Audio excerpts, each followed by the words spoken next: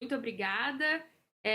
Na verdade, eu queria muito que essa live, esse evento, estivesse sendo assistido por quem critica o agro diariamente, né? Porque as pessoas não têm noção, quando criticam o agro, do quanto a gente luta, né, por um agro mais sustentável e o quanto a gente se esforça para que isso realmente aconteça na prática.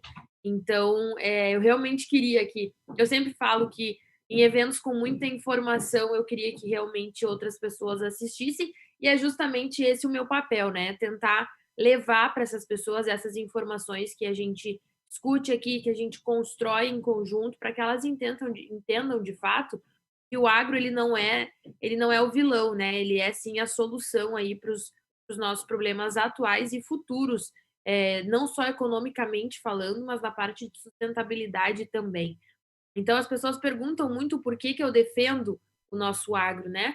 Primeiramente porque eu sou produtora rural, eu sou do interior do Rio Grande do Sul, tenho na essência toda a produção, acompanhei meus avós, acompanhei meus pais, a gente passou até, como já foi dito, por esse processo de sucessão, né? Então a gente consegue ver a importância da evolução de conseguir a terra, que foi com o meu avô, começar a investir em tecnologia com o meu pai, e agora com a geração nova que está chegando, que no caso somos eu e a minha irmã, toda a produção ligada a um propósito maior, né? Que hoje essa nova geração, eles falam muito do como o meu propósito está alinhado com o planeta, com o mundo ou com algo muito maior.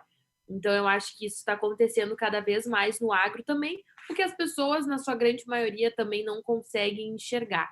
E essas pessoas que nos criticam muito, é, elas estão 100% conectadas na internet e têm uma certa visibilidade muito grande. Elas influenciam muitas pessoas.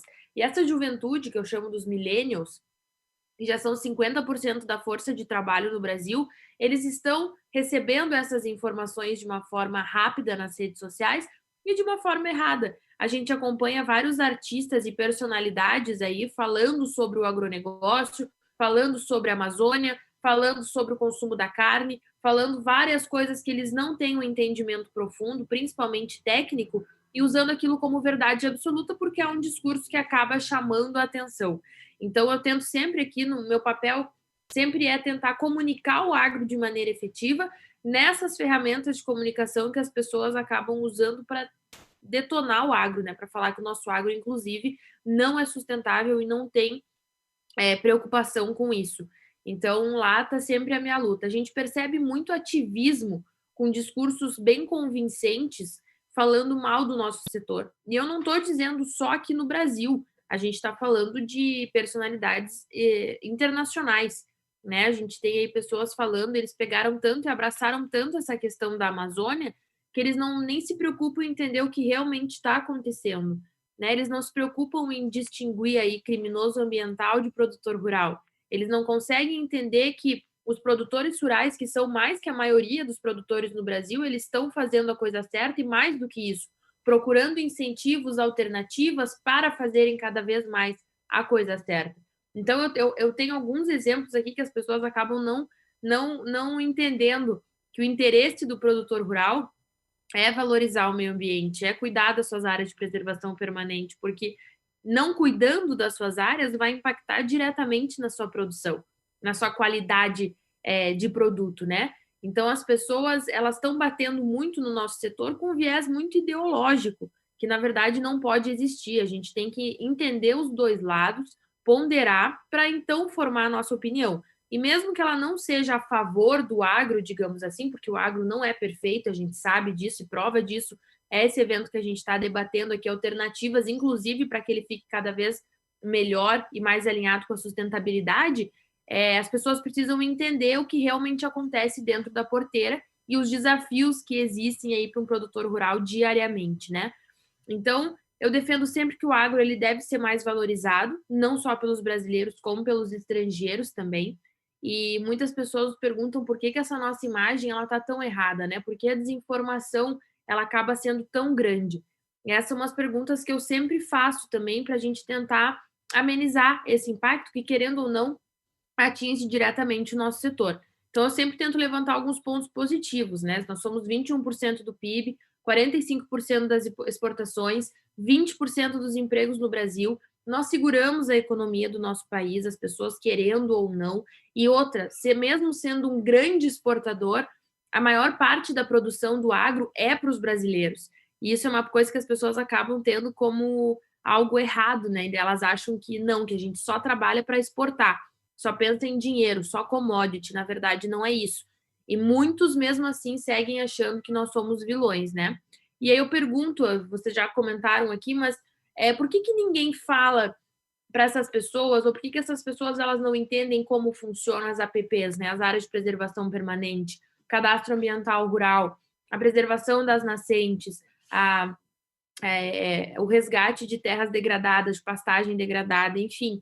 Elas têm que entender que a solução não é radicalizar, por exemplo, não é parar de consumir a carne, e sim cuidar de uma maneira mais sustentável e efetiva do manejo. E aí entra a nossa posição aí de incentivo, né, de fazer com que isso aconteça cada vez mais e que as pessoas automaticamente consigam enxergar o agro de outra forma. A gente tem aí o plano de agricultura de baixa emissão de carbono, o plano ABC, que também já foi mencionado aqui, que é o resultado de 50 anos de pesquisa e um dos maiores planos do mundo de agricultura de baixa emissão de carbono. E isso ninguém fala, são 50 anos de pesquisa. Então as pessoas elas dizem que a gente não valoriza a ciência e a pesquisa, sendo que nós temos que investir cada vez mais nisso para conseguir trazer essas inovações e essas coisas positivas para o nosso agro, né, para dentro do nosso agro. E aí a gente tem a recuperação de pastagens degradadas, como eu falei, integração lavoura, pecuária, floresta, que tem a integração lavoura, pecuária e lavoura, pecuária, floresta, que são iniciativas brasileiras, só tem aqui no país, não tem em outros países. A gente tem sistema de plantio direto, nós temos as florestas plantadas, fixação biológica de nitrogênio, tratamento de dejetos, adaptação a mudanças. Então, a gente consegue ter isso aqui no Brasil e incentivar isso cada vez mais. Então, por isso que é extremamente importante a união para que a gente consiga incentivar cada vez mais os produtores a fazerem isso e procurarem alternativas cada vez mais sustentáveis, né? Outro ponto que as pessoas não dão atenção são os sistemas integrados também. É muito fácil as pessoas criticarem o nosso agro morando em países que não têm a realidade climática ou que não têm a nossa realidade aqui no país. A gente, né, nós moramos num Brasil, num país com um clima subtropical que é favorável à criação de pragas 365 dias por ano, e mesmo assim a gente faz aí 3 safras por ano na mesma área e consegue ter esse desafio de produzir cada vez mais, as pessoas também não entendem isso.